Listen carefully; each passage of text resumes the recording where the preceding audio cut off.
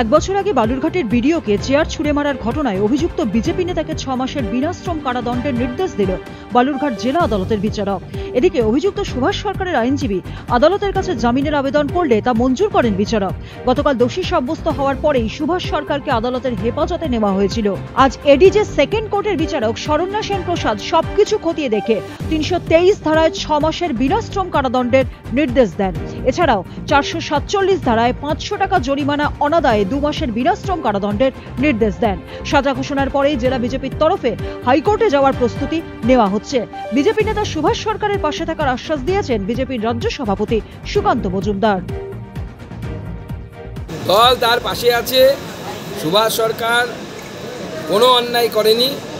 এখানকার যে ভিডিও ছিল সেই ভিডিও অত্যন্ত বদমাশ ভিডিও ছিল। তিনি অফ দ্য রেকর্ড ডাইরেক্ট বলতেন যে আমার রক্তের মধ্যে তৃণমূল। আমরা ওই রক্ত দেখতে চাই যে তৃণমূল কোথায় কোথায় আছে ওনার রক্ত।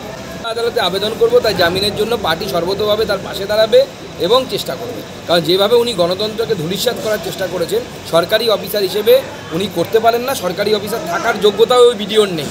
এবং আগামী দিনে আমাদের সরকার এলে ওনার বিরুদ্ধে তদন্ত হবে যে উনি সরকারি অফিসার হয়ে কীভাবে এইভাবে একটি রাজনৈতিক দলের দালালি করতে পারেন।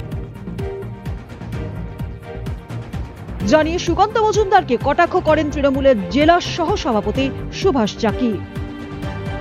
দেখুন, যে সেকশনে ওনাকে দোষী সাব্যস্ত 447 এবং 323-এ দোষী সাব্যস্ত করেছেন এবং 307টাকে উনি ডিসবিলিভ করেছেন এবং উনি সাজা দিয়েছেন। আজকে সেন্টেন্স পার্টি হিয়ারিং করার পর উনি সাজা দিয়েছেন।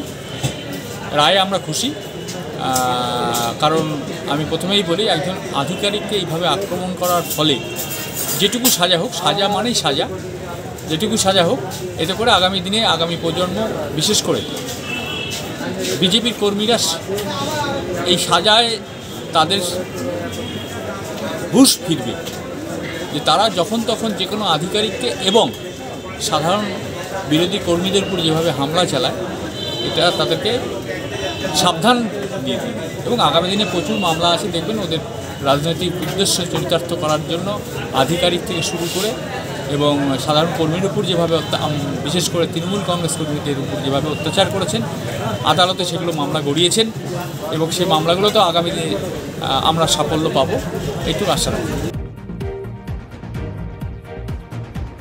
বালুরঘাট থেকে রূপক সরকারের রিপোর্ট, উত্তরবঙ্গ সংবাদ।